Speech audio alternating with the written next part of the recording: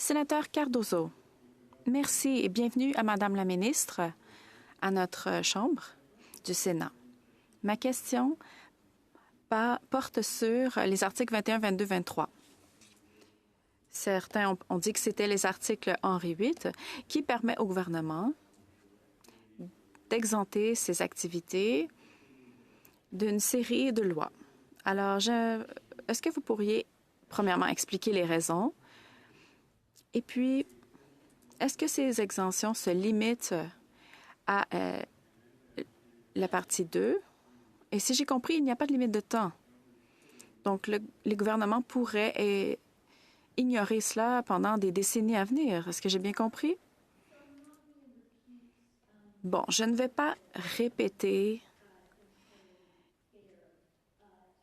les termes que vous avez utilisés qui ne sont pas tout à fait justes.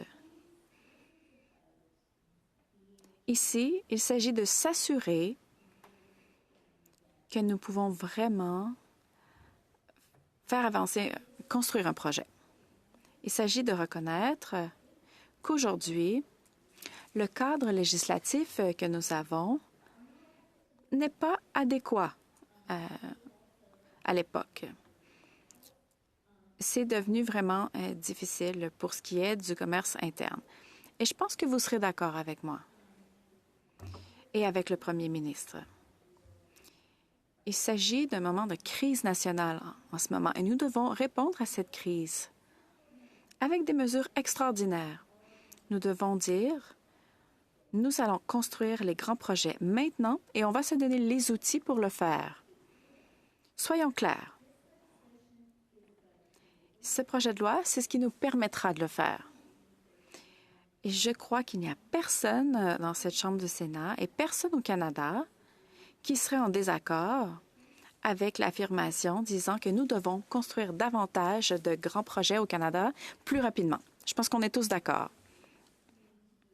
On est tous d'accord qu'il faut le faire de façon sécuritaire, qui respecte les droits des Autochtones au Canada. On doit le faire d'une façon qui respecte l'environnement, d'une façon qui respecte aussi, et qui permet la collaboration des provinces et territoires. Donc, c'est ce que fait ce projet de loi. Ce sera transparent, il y aura beaucoup de débats publics pour ce qui est de chaque projet qui passe par ce processus. Il vous reste 56 secondes. Quel serait un exemple où le gouvernement serait exempté? Eh bien, vous savez quoi? Plusieurs des choses que j'ai apprises pendant les premières négociations sur l'ALENA, c'était que il ne faut pas faire des hypothèses. Ce que je dirais, c'est qu'il s'agit de mettre en place un cadre et ce sera très transparent. Il y aura des débats nationaux concernant chaque projet qui passe par ce processus. Comme je l'ai dit, nous avons, dans le projet de loi, établi les critères très clairement. Il ne s'agit pas de nommer certains projets spécifiques. Certains projets ont déjà été discutés en tant que possibilité, mais chaque projet devra passer par ce processus.